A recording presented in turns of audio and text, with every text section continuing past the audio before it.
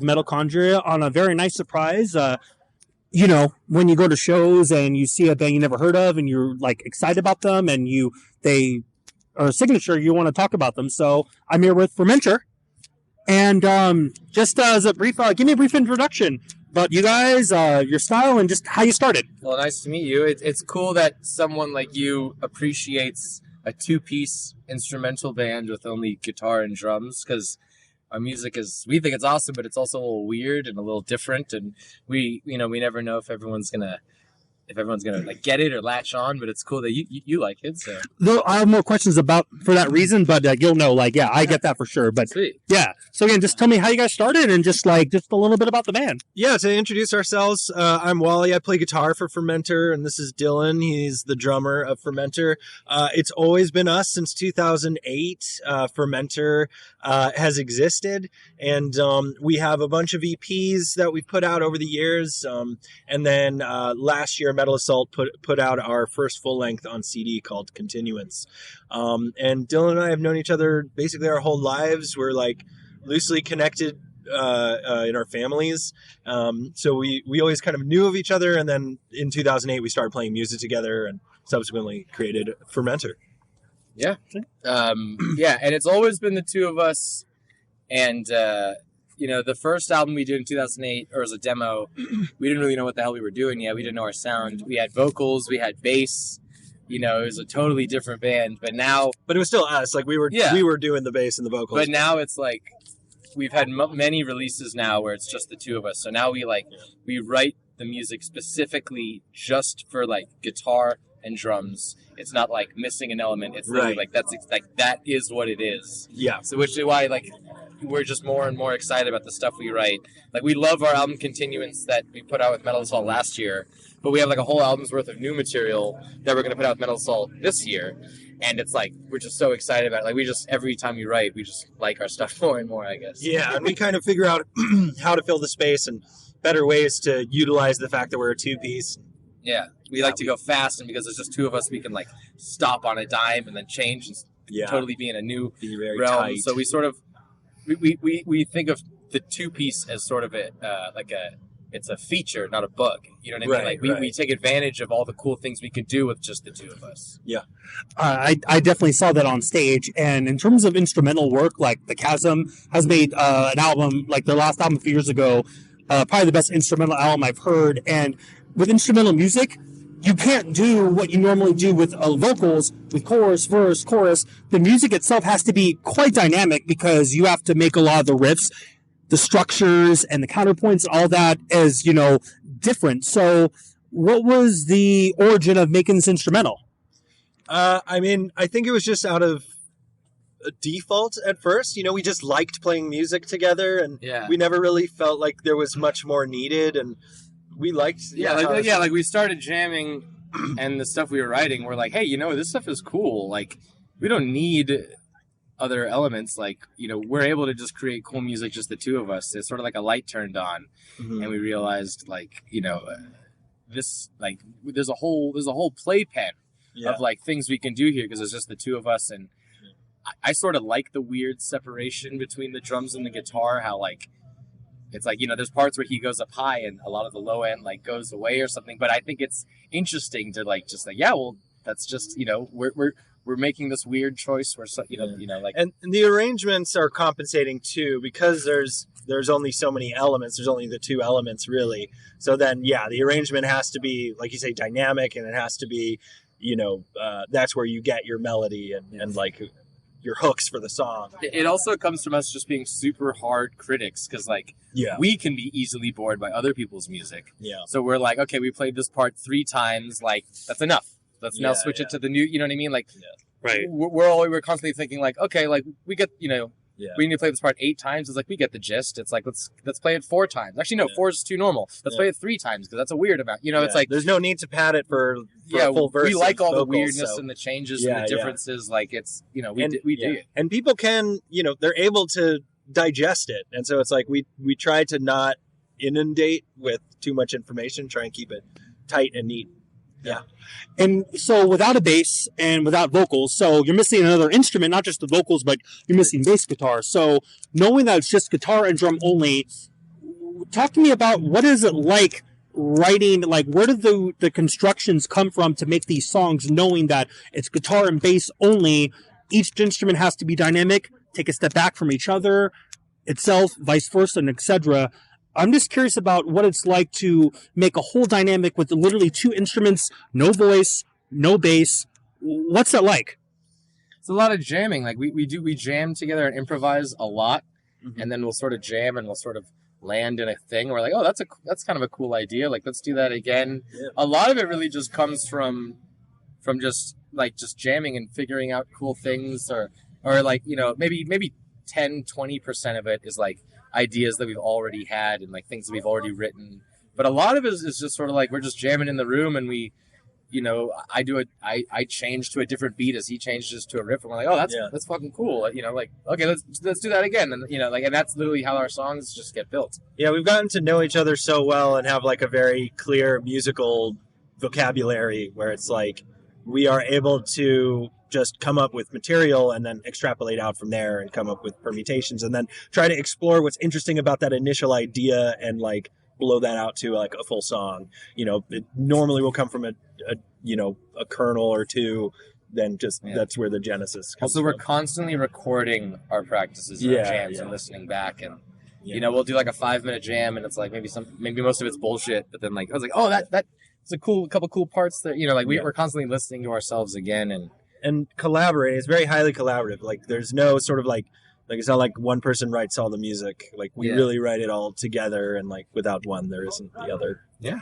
And I noticed as well, that like a lot of your drum parts were very dynamic, and there was parts where your guitar part were like lower, like little like harmonic parts, and then he would do a lot of drum parts, and then there's moments where he would take a step back and you would be like stop the counterpoints. So it felt like to me sometimes the guitar parts were the voices, quote unquote, and the drum parts were the voices, quote unquote. Yeah. So how would you know, or not how would you know, but how do you both know what works best when the drums or the guitar are the voice? It's an awesome question. I think a lot of it is just intuition, just feeling what feels right. Like, when does it feel correct and full and not lacking? I mean, it's a difficult question to answer, honestly. Also, I love those questions. That's why I like to ask. Also, good on you, because that's how I literally think of it. Like, I like to think as like a lot of the drums I do as a different melodic voice rather than just like the background that, like, you know, sometimes I'm like the background and he can jam over me. Right. But yeah, I do like think of it as its own melodic voice, you know, with the drums very sort of like thematic and you know, like, I'm very rarely in the pocket, you know, so it's funny that because that's exactly how I think of it. It's like its own melodic voice. Yeah, that's cool that you. It is because normally with like your standard metal or even standard songs, there's chorus, verse, bridge, chorus, done, etc. With the voice, that generally will dictate that. But without the voice, then you can't just make the same regular riffs. There has to be something different because you're missing another dynamic. You're missing an instrument and you're missing the voice too. Yeah. Yeah, and you don't want to bring attention to the fact that there's an element that people are expecting that's now not there. Yeah. So the idea is that it should feel correct out of the box and not feel like there's some aspect that was supposed to be here. It's like the way we structure the material, hopefully it feels dense and correct and like full, you know. Also, you say, I mean, I understand what you're saying when you say missing like the bass and missing the vocals, because yes, when some people will come to see us, that might be in their expectation of like, oh, bands usually have a bass and a singer. It's like, what is this? But it's like in our, or at least in my eyes, it's like, I don't think of it as like we are missing the vocals or missing the bass. You know, I feel like it is full. It is all encompassing in its own right. Like it's not missing the bass. Like, I don't feel like it's like the music is yearning for more accompaniment. You know, I think of it as it is complete with just the two of us, you know. And I don't know about your musical influences or who you like, but Gorguts from Canada is a very big, like, one of my favorites. I actually got to interview Luc Lemay a few years ago, and I learned that's probably my favorite interview I've ever done. That's fantastic. And he talked about it, and as well as past videos about making Obscura, the fact that it was, it changed everything, you know? And they talked about that they don't want, when they made the riffs and everything and the structures and the counterpoints and the notes, that they didn't want to look at what they were doing. They wanted to hear it first. So that was their way of communicating, was not the typical way. It was just let the sounds communicate, not what you're looking at. We want to be impressed by the sound, not how it looks. Okay. So with that said, there's no vocals. So it must be a very interesting dynamic to communicate instrumentally. So how do you both do that when it works really well, or sometime a day or a jam where it's not working? How do you both, what's it like communicating through instruments when there's really no vocals, you know? Yeah, we I guess for lack of a better term, I guess we clash often, like when we're coming up with songs where, you know, one of us, well, we're like, oh, I don't think we should play it like that, or, you know, we'll both be like, I don't know if you should, you know, like we pretty much let each other play what we want, but it's like, we'll have times where it's like, no, I don't think so. And then we'll both realize like, okay, but I like it like this, and I like it this other way. So we realize, all right, well, we got to figure something out, you know, and we always have like multiple versions of songs, and like songs will go through many different, you know, edits and stuff until we're completely happy. But we're both very like passionate and opinionated, and we'll say when we don't like something, or when we, you know, it's like, no, we got to play that part more times. That part's awesome. And it's like, no, but it's, you know, it's like, we do like clash and are constantly, you know, like, it really just comes from a passion of just like really wanting to make music that's awesome. And we'll fight for stuff that we believe in. So if we truly believe that some musical element, you know, needs to be a one way or another, like we'll, you know, but we're good about coming to terms with that. But I do think, you know, we do eventually go to paper where we start structuring out the song, because it just becomes very difficult to keep it all together. But the beginnings of the song is always by ear.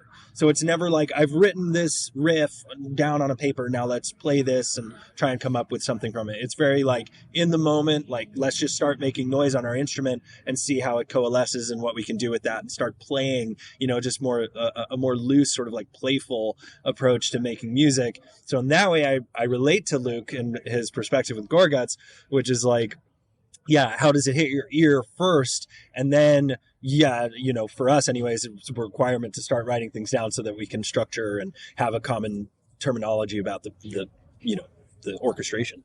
Interesting. It's actually really refreshing hearing that you guys say you often more clash than actually like maybe see something right away immediately, and that's okay. Like it still works and it works. Yeah. So with that said, what are your individual writing styles like, and what clashes? Like, for example, like I remember a long ago, Isan and Samoth and Emperor, Isan wanted all the extra stuff. Samoth wanted the stuff with breathing room. So that was their one wanted more technical, one wanted more like atmosphere. So with that said, what is that dynamic like where it clashes? What is your style and what is your style like? Sure. Well, so we're actually in another band called Beekeeper, where I write all the music. They're playing tomorrow, right? No, we would have been playing tonight, but actually, I saw the merch, so I was. Well, no, our singer, she's actually having a baby soon, so she's. Oh, congrats! Okay, yeah, thanks. All right. So we just, couldn't do this one, but so that music, I literally write all of it. So that's literally what I would like, if you just listen to Beekeeper, that is what my style is, which is like thrash, death metal. I'm very much influenced by like Iron Maiden and Judas Priest, and I like some like death metal and Morbid Angel and Necrophagist and stuff like that. But I'm Sepultura, like early Sepultura, and like death. That's like where like my home is. So I guess I would come from I'm also like I know like I'm really into like music theory, and I'm like I would like a self-described music nerd. So I guess I would have more of a like classical, or not classical like classical music, but just like classical like music kind of upbringing. And I feel like Wolly is more into the like different-y, noisier. Well, I don't know music theory, so I'm totally coming at it by ear. Or more emotion, maybe, right? Well, I think Dylan writes emotional music. I don't think his knowledge of music theory holds him back from writing emotional music. Right. But I do have to sort of just go with my gut. It's like I'm very much relying on my gut most of the time. But I do also, as far as my influences are concerned, Gorguts is a massive influence for me. Cephalic Carnage, Decapitated, and Morbid Angel, and all these Suffocation. Suffocation, the best fly band in life. That's it. But basically, dissonant and angular death metal was like what changed the game for me, and was like, oh, you can do it like this, and it's like then it's very much your own, and it's like this, not typically approachable, but also like highly cerebral and orchestrated music, that was very much where I came from. But I mean, in the ways that we clash, it's like, Dylan is able to apply his theory in a way, that like the way he thinks about music can be more elaborate perhaps than the way that I might approach it. I might approach it a little more simply. And so sometimes he'll suggest, hey, what if we do this? And I'll be like, that's not really how I play. You know what I mean? It doesn't sound like me. So I was like, we just talked about that the other day. It came up. But, stuff like that occurs, but then it's like, yeah, all right. So then you do something. Also, I would say Wolly has much more of I would describe it as he has a higher dissonance threshold. So, like very like chords that sound very dissonant and stuff like ulcerate, decibel, omega. Sure. Yeah. Yeah. So it's like, I will I will often, like I like to use dissonance, but like I also, I like just normal, like fifths and like major chords. And, just like sometimes I like, but I feel like Wolly always is trying to like add like some weirdness or like a different touch. Or like there's sort of something, it kind of comes down to like, how do you feel about resolution? So it's like, for me, it's like, I always want to like withhold resolution, musical resolution. So it's like, I always want it to be kind of just not landing right where you think it's going to land. I want it to be just off. I want it to be broken. I want it to feel uncomfortable most of the time. So that then when you do eventually resolve, it feels that much better. Perhaps this is unfair to say, but like, thinking of Beekeeper, whatever, it's like the resolutions are very perfect and like in a great way and in their own way. I mean, there's still dissonance and experimental approaches to the music, especially the next Beekeeper album is very experimental. But if I were to try and classify it, find some difference. Have you heard of Vitriol by chance? Yeah, for sure. Yeah, we saw, the guitarist, the crazy guitarist. Kyle, yeah. Yeah, Kyle. We saw him at NAMM a few years ago. I know. All the pedals. Yeah, I got to talk to him about that. It was great to see a death metal guitarist play. Yeah, they're playing with Defeated Sanity in like a couple weeks. So totally. When you mentioned about Dissonant, like that's a band I really, for sure. Yeah. And I really like that level of aggression too. And I do come from that sort of world too, where it's like, I like when the music is confrontational, like brutal. Right. I really like that. So in terms you said about the clashes, I also like to know more like, admittedly, I've been going to shows and listening to music for decades now, and it's only been a couple of years since drums have really, really opened my eye more than I've ever have in my life, because we're very spoiled for the amount of drummers, the John Longstretch, the Jamie State Moratz of Ulcer, just in general, the drummers we have and everything, we're very, very spoiled. So drumming I've opened my eye to drumming in general more than I ever have in my life. So you talk about clashes. I'm also curious about not just what you like, but your own instrument styles, like your drumming style and your guitar style. Mm-hmm. So when you say in terms of what works, what clashes, and what you both really work with, talk to me a little more, even if it's dense or a little more theory-like, about your actual guitar playing and your drumming playing particularly that really helps make that sound. Yeah. I guess it's like a twofold, like, I love, Igor Cavalera and Dave Lombardo, like just the thrash metal, death metal drumming.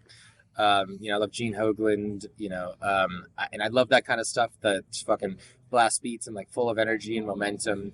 But then I'm really into like jazz fusion, and my favorite drummer in the world is Billy Cobham, who's like amazing. What is he playing?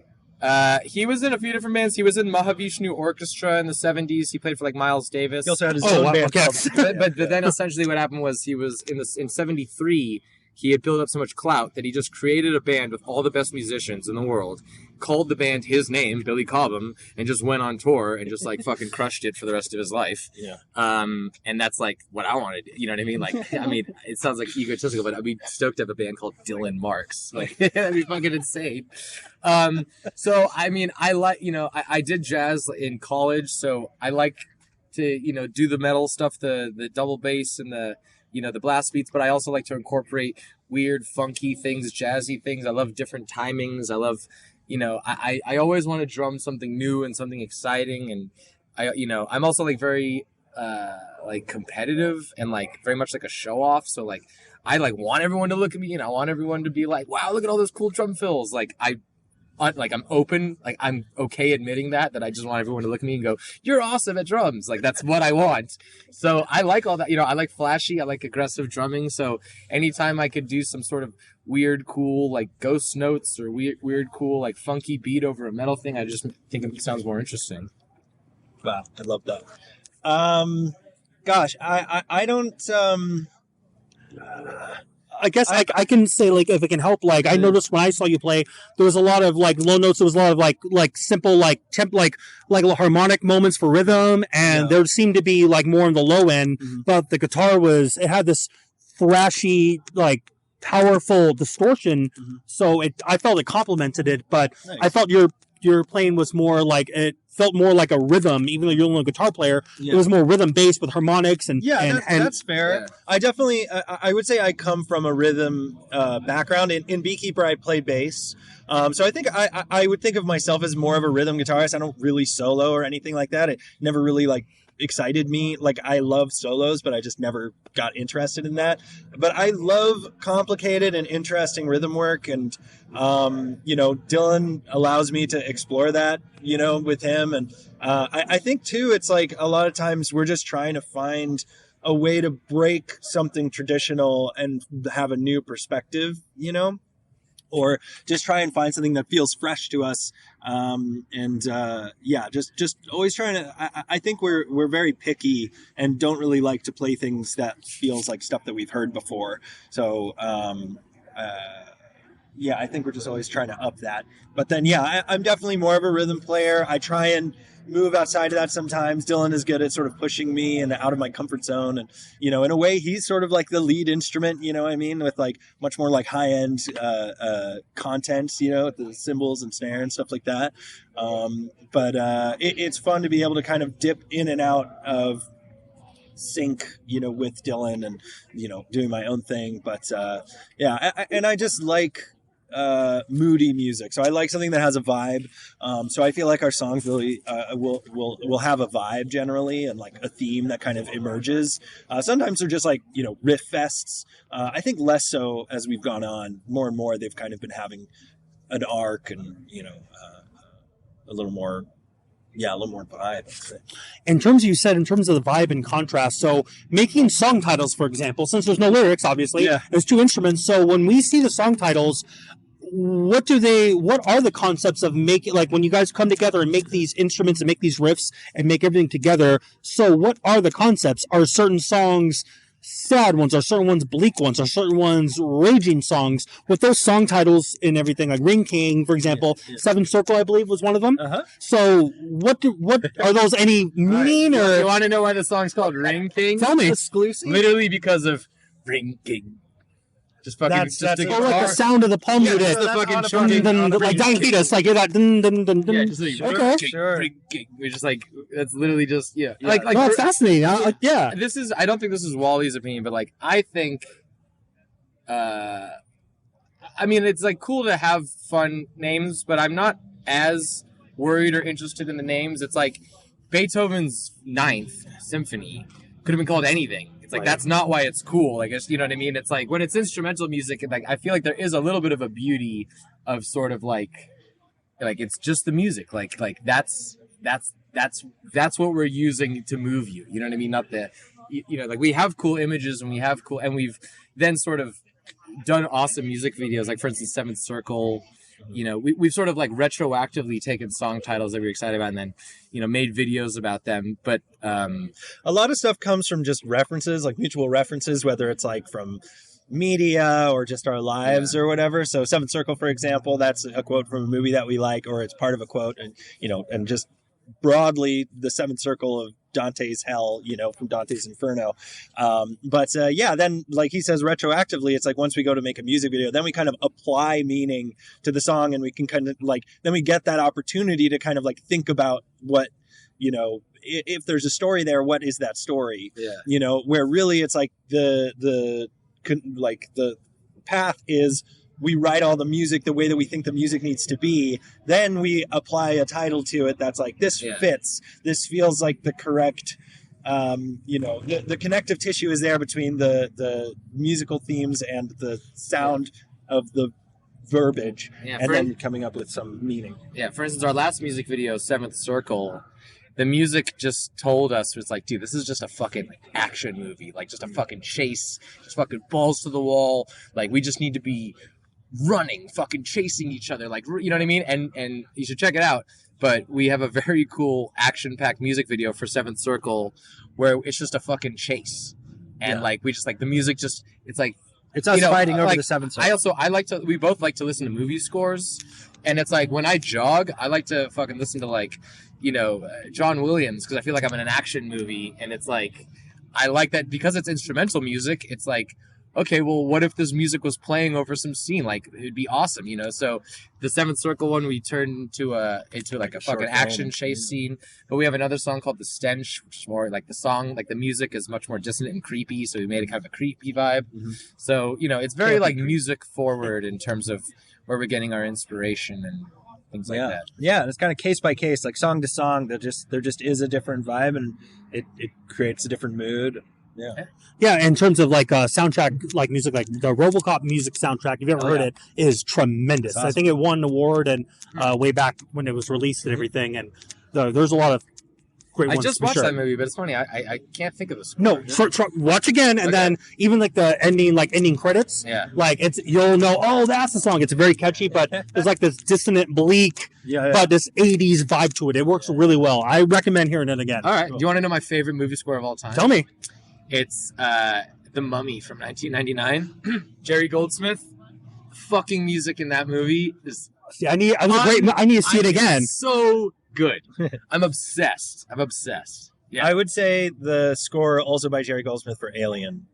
Alien is, that's top notch in every way and form. Yeah. So that's really I love that so much. I keep bringing it to Dylan, like we should find a way to cover these little sections of like, there's some insane shit in that score if you listen to it. The song Face Hugger, check it out.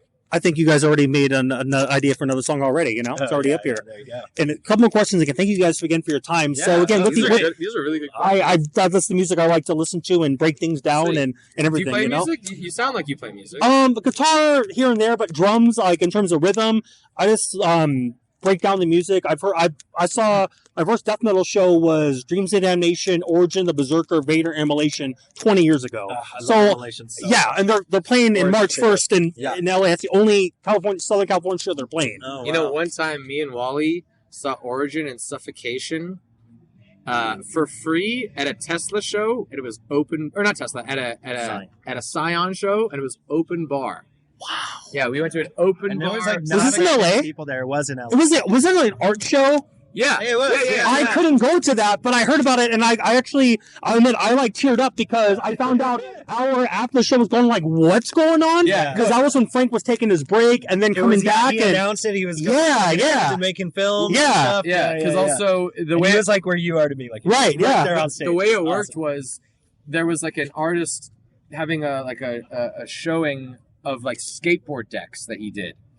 His name was like Mr. French or something. It's like 2012. It's like 2012, right? Yeah, it was a long time ago. That sounds about And or 2011, that sounds about right. Yeah. And so it was like if you go to that free art show, then you can get a ticket for the free concert. Yeah. So it was sort of like a roundabout thing. Right. But it was literally like a tiny venue with like 100 people. We saw Suffocation Origin. It was fucking sick. It was awesome. I've seen Suffocation 24 times since 2004. 24. If you give me time, I can name all the ones. Blows my mind. I can't even insane. I'll say favorite album? Pierce From Within. Oh, nice. Yeah. I think that's my favorite album too. I mean, that was made in 1995. Yep. That was a year before Load, and they did that then. Right. They did Effigy the Forgotten the same year the Black Album came out. I mean, it's not even close what they do. Also, that's your like the litmus. That's your time stamp is like a year before Load. I'm saying, like, Load did all this, and they did this at that time. And to your point, in 2006, it was Sunday, February 18th, Abysmal Dawn, Decrepit Birth, open for Suffocation at the Key Club in LA. It was a 500 venue in probably the best sound. The opening band got headlining sound. And Suffocation played from Newest, from Souls to Deny, all the way to Effigy, backwards in order.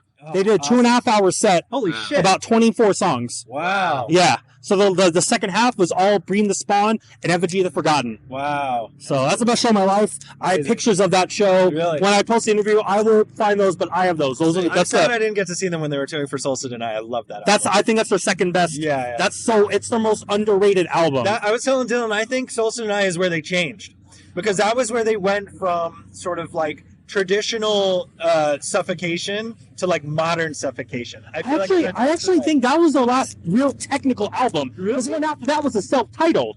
The self-titled had Mike Smith's really intense drumming, but the riffs were a little less. Like, if you hear Soul Tonight, there's so much chord structure. Yeah, no, that's true. Like, I think that was the last technical, quote-unquote. But I love the self-titled. Pinnacle of Bedlam's super techy, isn't it? That was, I think that was their best. We love that. That's a great album. And there's the Blood Oath. Blood Oath is really dark and demented. Yeah, that was a grim album. Mike Smith wrote a lot of the music in that too. That's why some of the riffs were very like dense and a little out there. I see.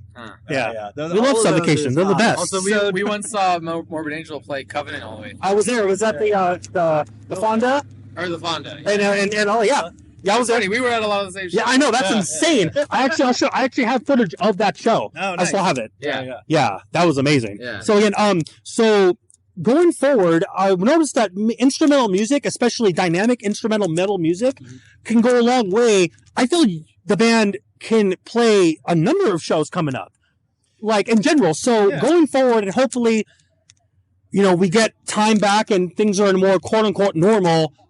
Do you both want to perform as many shows as possible, knowing that you can fit on the Cannibal Corpse line coming up, you can fit on the Dark Tranquility coming up, you can fit because the instrumental aspect and the dynamics between both of you, I feel can fit in a lot of venues and a lot of tours and a lot of bands. So what's the plan for this year? What do you guys, anything coming up, or what's the goal? I mean, we're booking, we're almost done writing our next album, so we'll be doing some recording. Yeah. We're playing as many shows as we can right now, just trying to get out, we're trying to get out there as the world sort of recalibrates. No specific tour booked, but lots of shows.